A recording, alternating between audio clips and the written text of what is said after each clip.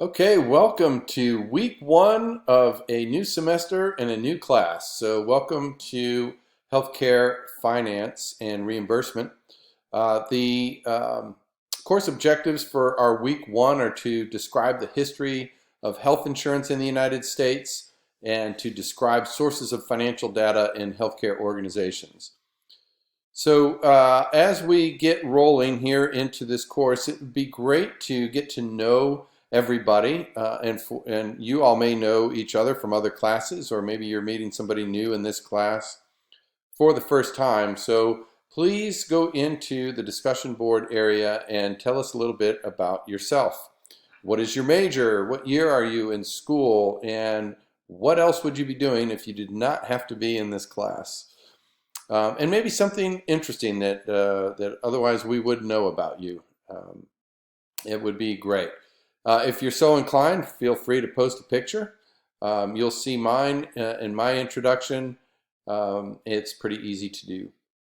So the other thing that we have for this week is a YouTube link.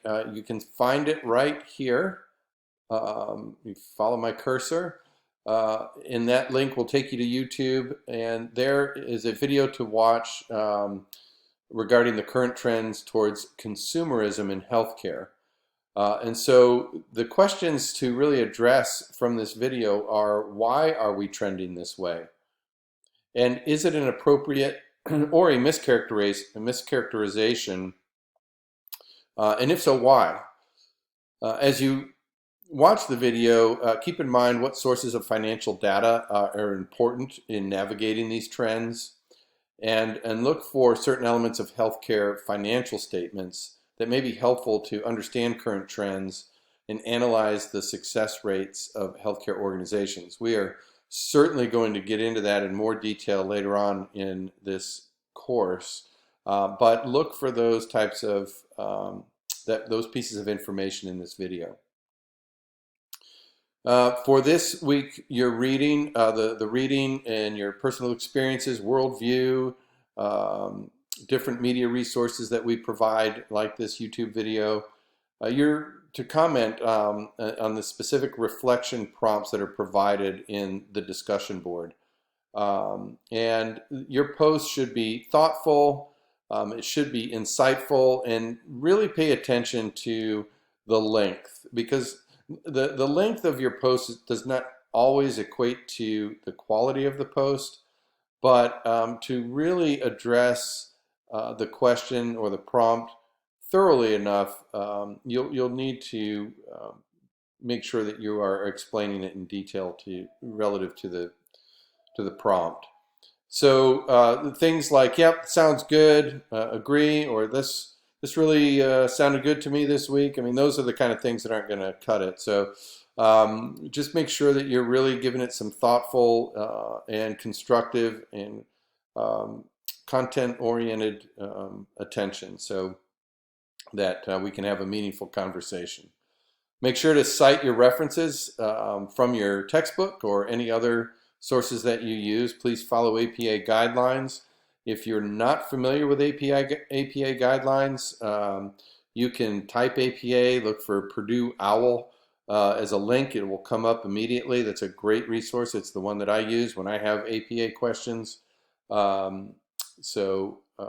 There's plenty of resources out there for you with APA. So make sure that you're using that format.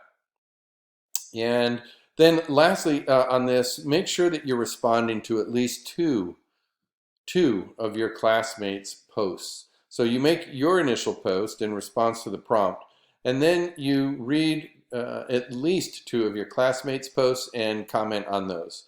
Those responses also need to make sure you're looking at that as a minimum of 100 to 250 words. And it should be, again, substantive. Things that say, I agree, good point, or things like that. That's not really a conversation where you are applying critical thinking. You're either agreeing or adding to it, or maybe contesting in a very collegial, professional way. Hey, have you thought about this? Or maybe this would also apply in addition to what you've written here. Things like that, so that it is a meaningful conversation. Those your initial post is due by Thursday of each week. Keep that in mind. Please do not post those late. Late posts are not graded, and so make sure that they're on time.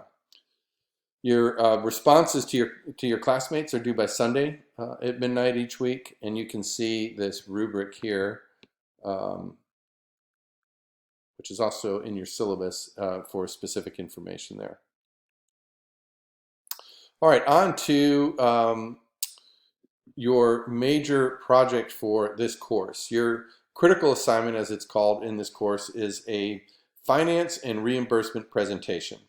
So I will tell you, sometimes teaching healthcare finance, I have students that tell me, oh, I'm so nervous, I'm so scared, I don't know finance, I'm not an accountant, I don't know if I'm going to do well in this course. Let me assure you, this is a fun course. This is, we are not studying to be CPAs, not that there's anything wrong with that, but we are looking at healthcare finance and reimbursement as it applies to the industry. So it's a really, we will go through some theory, we'll go through some history, we'll go through some academic exercises, but there's also real world application that I'm going to provide for you in this course. And it's really, really interesting. Anything that you do is, of course, what you make of it. But this is not a class to be afraid of. This is a class to embrace. We're going to have some exciting stuff as it relates to finance to go through. So I think you're really going to enjoy it if you, especially if you kind of lower your defenses on this a little bit. So your critical assignment is going to be a finance and reimbursement presentation. You'll choose and you'll research a system of care, and you can pick. You can send me whatever it is that you want to do for approval. But some examples are covered California, expansion of Medicaid or Medi-Cal, the ACA. That one's kind of been done a lot. So I would encourage you. I mean, if you're not familiar with the Affordable Care Act, please by all means go for it. But it is one that's been covered quite a bit. Or single payer models. There are others that you could take a look at. It may be something that if you're working in healthcare that you may find of interest to your specific work site. Just send me an email. Let me know what it is that you're thinking of doing, and I can let you know if it's appropriate or not. And then it's really, focusing on their related finance and reimbursement functions and challenges, whatever topic that you pick. Then you'll report it and support your findings in a presentation format. Each of your supportive submissions, which would be 1 to 3 of those, will assist in keeping you on track in creating your assignment. So look ahead to the critical assignment requirements. Don't wait till the last minute. Start working on it. Include them in your supportive submissions whenever that is pertinent. And then, as applicable, I'll provide feedback on those submissions and how they should be incorporated into your assignment. So you're going to need your supportive submission. Number 1 is your topic selection. So think about that and the rationale that requires you to research and choose and identify your topic in finance and reimbursement for your presentation. And then provide a rationale for choosing it as your topic of interest. Basically everything I just said. Just determine what it is that you want to do. Let me know why and how it's going to apply to this presentation. So the rationale should include an identification of the system that you're going to be focusing on, a brief summary of the issue, and a short discussion on any current events or hot buttons that make the discussion of this issue timely. Remember that you are in a higher level of education institution, and that means that your submissions should be academically sound, free of typos, make sure to proofread, or grammatical errors. Grammatical errors are not okay for healthcare administration majors in particular. We do a lot of communication by writing, and it's a reflection not only of you, of your professionalism, but also the organization that you represent. So make sure that if grammar or writing is a not your first love. You got to find a way to get in love with it. Make sure that you are reviewing it, proofreading. Use a software system that's out there. There's certainly things online like Grammarly.com that you can upload your writing to, and whether it's a post that you're going to make in the discussion board or whether it's a written assignment, it does a grammar check for you right then and there. I mean, immediately, and you can make some corrections.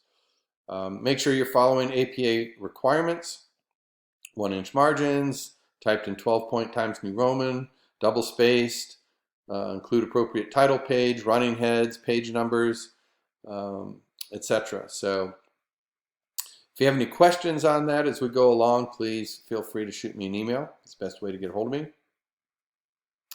And then lastly for this week, you have a quiz. So it's going to be true, false, and some multiple choice. It'll be questions that are covered in the textbook as well as the lecture through the slides. And you can use your book and your notes. But when you start your quiz, you have 30 minutes to complete it. So make sure you're all prepared.